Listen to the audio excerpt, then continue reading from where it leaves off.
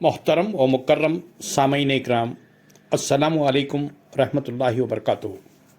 यादगार सीरीज़ से doctor R Abdul Hamid आपसे मुखातिब हूँ। आज 22 फरवरी है।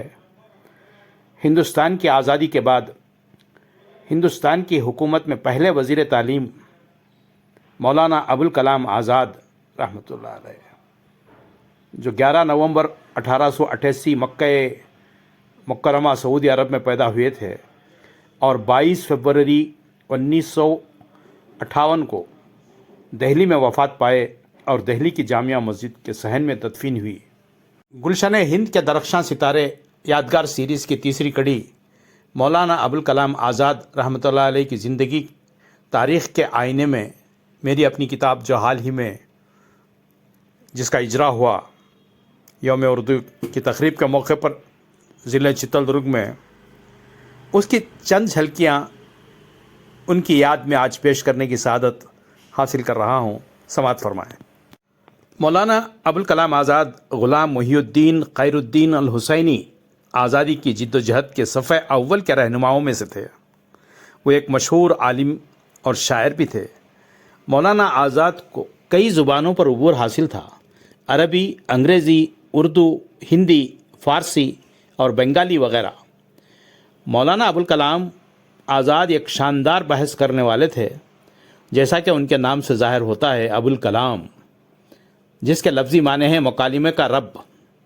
उन्होंने अपनी ज़हनी शनाख्त के तौर पर आज़ाद खलमी नाम इख्तियार किया। खिताबत और क़लम के तो वो बादशाह थे, वाकई वो अबुल कलाम थे। मौलाना ने सहाफ़ती ज़िंदगी में अल हिलाल, अल बिलाग, लिसानुस सिद्क़ न सिर्फ ये पर्चे जारी किए बल्कि इदारत भी फरमाई। मौलाना अपने तौर तरीक़े के एतबार से जज्बाती और पुरजोश हुआ करते थे, लेकिन दिलचस्प बात यह कि मौलाना ने कभी भी जज्बात की रो में अक़ल की बात नहीं छोड़ी। माशरे को आगे बढ़ाने के लिए माकूलियत, रैशनलिज़म को नहीं छोड़ा। मौलाना आज़ाद की ज़िंदगी एक खुली किताब है। लोग अपने अक़दार से समझौता कर लेते हैं, लेकिन मौलाना ने अपने अक़दार से कभी भी समझौता नहीं किया। मौलाना ने कहा था, लोग तो पानी के धारे के साथ बहते हैं, कुछ लोग पानी के धारे के खिलाफ बहते हैं। हम तो उन लोगों में से हैं जो पानी की सतह पर चलते हैं। मौलाना अबुल कलाम आज़ाद हिंदू मुस्लिम इत्तेहाद की एक पहचान थे। मौलाना अबुल कलाम आज़ाद हिंदू मुस्लिम इत्तेहाद की एक पहचान थे। उन्होंने कहा था, अगर कोई फरिश्ता आसमान से उतर कर आए और मुझसे कहे कि अगर तुम हिंदू मुस्लिम इत्तेहाद को छोड़ दो तो आज़ादी मिल जाएगी, तो मैं कहूँगा आज़ादी में देर हुई तो हिंदुस्तान का नुकसान होगा, लेकिन अगर हिंदू मुस्लिम इत्तेहाद नहीं रहा तो इनसे ये इंसानियत का नुकसान होगा। आज़ादी में देर हुई तो वह हिंदुस्तान का नुकसान होगा, लेकिन अगर हिंदू मुस्लिम इत्तेहाद नहीं रहा तो यह इंसानियत का नुकसान होगा। ये थे हमारे हिंदुस्तान की आज़ादी के पहले वज़ीर तालीम। मौलाना की वफ़ात से हिंदुस्तान ही नहीं, दूसरे मुल्कों से लोग लाखों की तादाद में अपना आखिरी नजराना अक़ीदत पेश करने के लिए जमा हुए। मौलाना आज़ाद ताजदार अदब व सियासत, हिकमत और शराफत और बसीरत व नजाबत हम सबको ये कहता हुआ 22 फरवरी 1958 को छोड़ गए।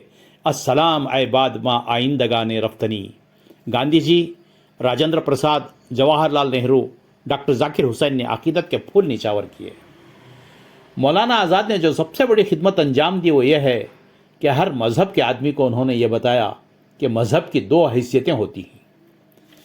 ये एक मज़हब की हैसियत होती है जो तफरीक़ पैदा करती है, जो लोगों को अलग अलग करती है, जो लोगों में नफ़रत पैदा करती है। वो मज़हब झूठा है। मौलाना ने बतलाया कि मज़हब की रूह मिलाने वाली रूह है। मज़हब की रूह एक दूसरे को पहचानने वाली रूह है। मज़हब की रूह खिदमत की रूह है। मज़हब की रूह दूसरों के लिए अपने को मिलाने की रूह है। मज़हब की रूह वहदत को मानने की रूह है। सारी ज़िंदगी की वहदत को मानने की रूह है।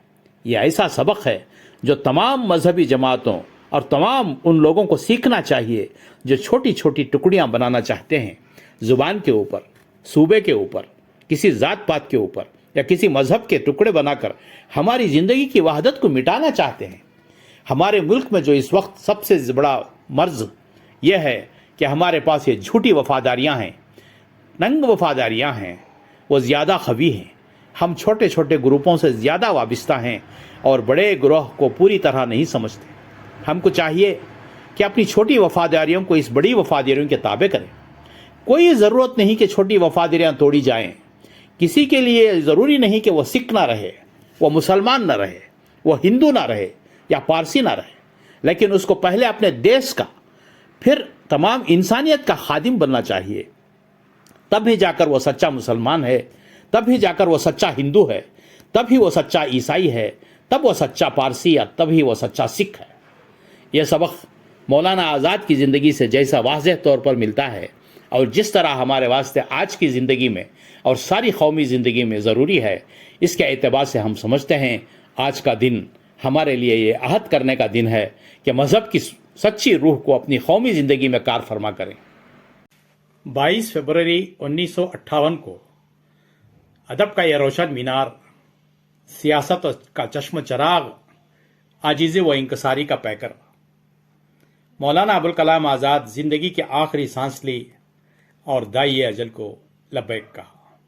ایک روشن دماغ تھا نہ رہا، ہزاروں سال نرگس اپنی بے نوری پہ روتی ہے، بڑی مشکل سے ہوتا ہے چمن میں دیدور پیدا۔ السلام، یادگار سیریز سے ڈاکٹر عبدالحمید، آپ کی دعاؤں کا طالب۔ دوست و احباب میں ضرور شیئر کریں۔